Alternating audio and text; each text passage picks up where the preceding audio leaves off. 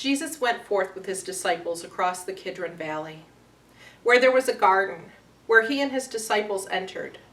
Now Judas, who betrayed him, also knew the place, for Jesus often met there with his disciples. So Judas, procuring a band of soldiers, and some officers from the chief priests and the Pharisees, went there with lanterns and torches and weapons. Then Jesus, knowing all that was to befall him, came forward and said, "Whom do you seek?" They answered him, "Jesus of Nazareth." Jesus said to them, "I am he." Judas, who betrayed him, was standing there with them. And when he said to them, "I am he," they drew back and fell to the ground. Again he asked them, "Whom do you seek?" And they said, "Jesus of Nazareth." Jesus answered, "I told you that I am he. So if you seek me, let these men go." This was to fulfill the word which he had spoken. "I did not lose a single one whom you gave to me." Then Simon Peter, having a sword, drew it and struck the high priest's slave and cut off his right ear. The slave's name was Malchus. Jesus said to Peter, "Put your sword into its sheath. Shall I not drink the cup which the Father has given me?"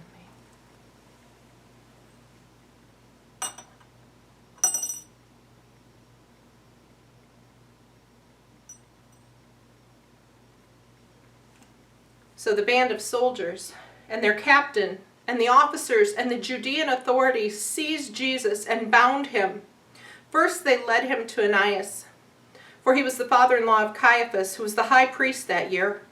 It was Caiaphas who had given counsel to the religious authorities that it was expedient that one man should die for all people.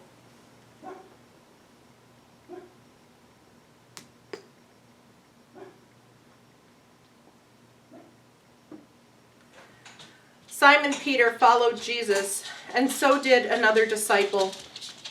As this disciple was known to the high priest, he entered the court of the high priest along with Jesus. While Peter stood outside the door, so the other disciple, who was known to the high priest, went out and spoke to the woman who guarded the gate, and brought Peter in. The woman who guarded the gate said to Peter, "Aren't you one of these man's disciples?" And he said, "I am not." Now the servants and officers had made a charcoal fire because it was cold, and they were standing and warming themselves. Peter was also with them, standing and warming himself.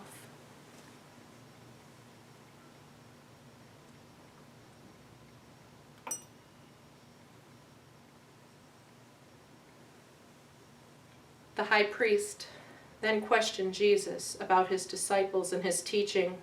Jesus answered him, "I have spoken openly to the world. I have always taught in the synagogue and in the temple where all Jewish people come together. I have said nothing secretly. So why do you ask me?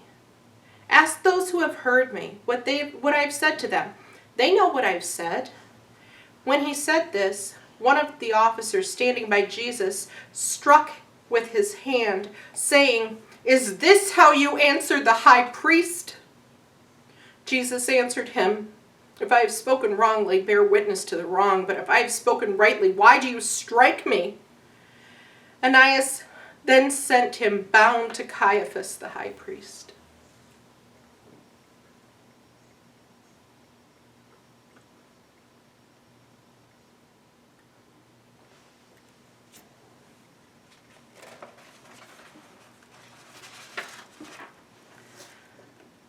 Now Simon Peter was standing and warming himself, and they said to him, "Are not you also one of the disciples?"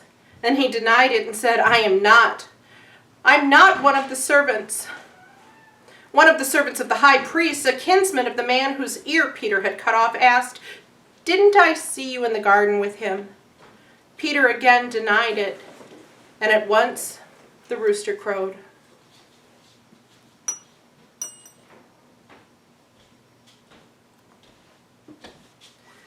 Then they led Jesus from the house of Caiaphas to Pilate's headquarters. It was early.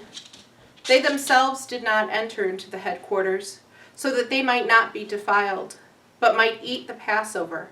So Pilate went out to them and said, "What accusation do you bring against this man?" They answered him, If this man were not an evildoer, would we not have handed him over to you?" Pilate said to them, "Take him yourselves and judge him by your law." The religious authorities said to him, "It is not lawful for us to put a man to death."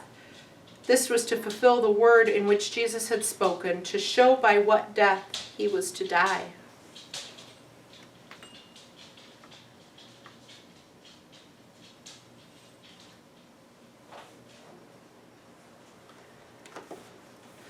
Pilate entered the headquarters again and called to Jesus and said to him, "Are you the king of the Jews?" And Jesus answered, "Do you say this of your own accord, or did others say it to you about me?" Pilate answered, "Am I a Jew? Your own nation and the chief priests have handed you over to me. What have you done?" Jesus answered, "My kingship is not of this world.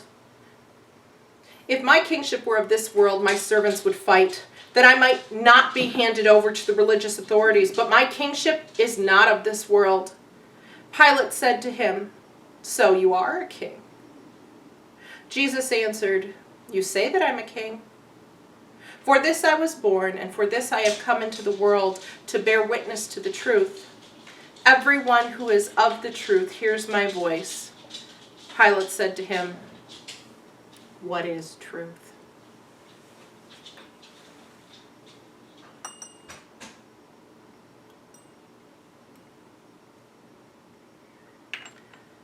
But after Pilate had said this, he went to the religious authorities again and told them, "I find no crime in him.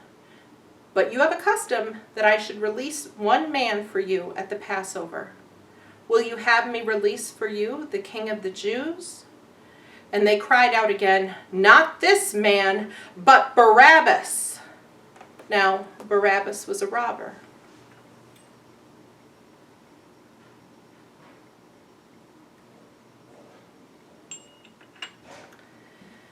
Then Pilate took Jesus and scourged him, and the soldiers plaited a crown of thorns and put it on his head, and arrayed him in a purple robe. And they came to him saying, "Hail, King of the Jews!" And they struck him with their hands. And Pilate went out again, and he said to them, "See, I am bringing him out to you, that you may know that I find no crime in him." So Jesus came out wearing a crown of thorns and a purple robe. And Pilate said to them, "Behold the man." When the chief priests and the officers saw him, they cried out, "Crucify him! Crucify him!" Pilate said to them, "Take him yourselves and crucify him, for I find no crime in him."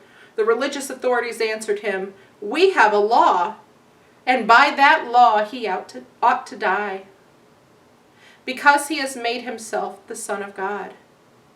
When Pilate heard these words, he was more afraid.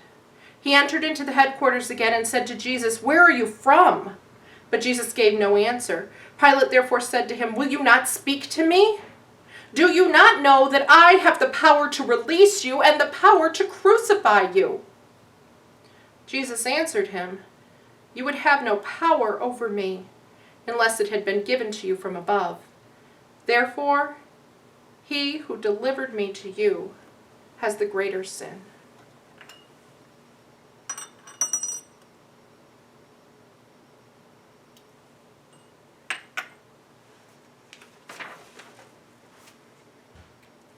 Upon this, Pilate sought to release him. But the religious authorities cried out, "If you release this man, you are not Caesar's friend. Everyone who makes himself a king sets himself against Caesar." When Pilate heard these words, he brought Jesus out and sat down on the judgment seat at a place called the Pavement, in Hebrew, Golgotha. Now it was the day of the preparation for the Passover. It was about the 6th hour. And he said to the religious authorities, "Behold your king!" And they cried out, "Away with him! Away with him! Crucify him!" And Pilate said to them, "Shall I crucify your king?" And the chief priests answered, "We have no king but Caesar." And they handed him over to them to be crucified.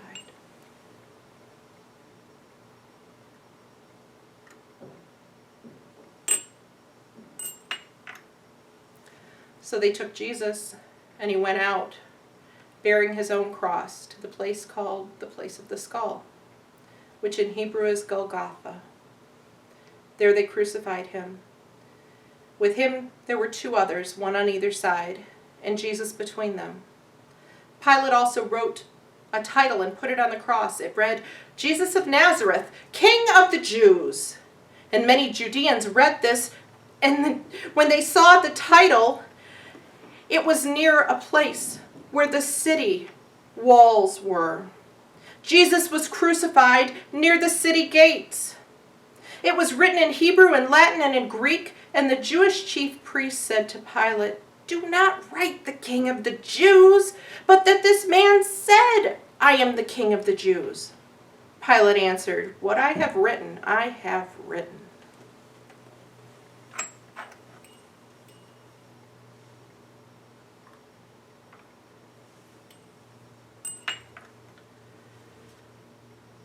When the soldiers had crucified Jesus, they took his garments and made 4 parts, one for each soldier, and also his tunic. But the tunic was without seam, woven from top to bottom. So they said to one another, "Let's not tear it, but cast lots to see whose it shall be." This was to fulfill Scripture, to say that they parted my garments among them, and for my clothing they cast lots.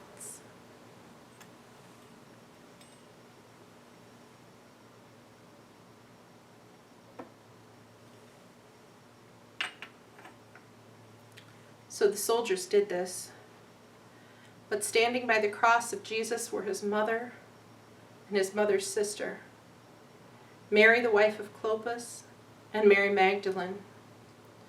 When Jesus saw his mother and the disciple whom he loved standing near, he said to his mother, "Woman, behold your son." And he said to the disciple, "Behold your mother."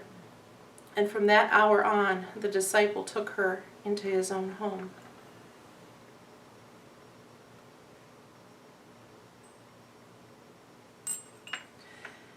After this, knowing all that was now finished, Jesus said to fulfill the Scripture, "I thirst." And a bowl of vinegar stood there, and they put a sponge full of the vinegar on a hyssop plant and held it to his mouth. And when Jesus had received the vinegar, he said, "It is finished." And he bowed his head and gave up his spirit.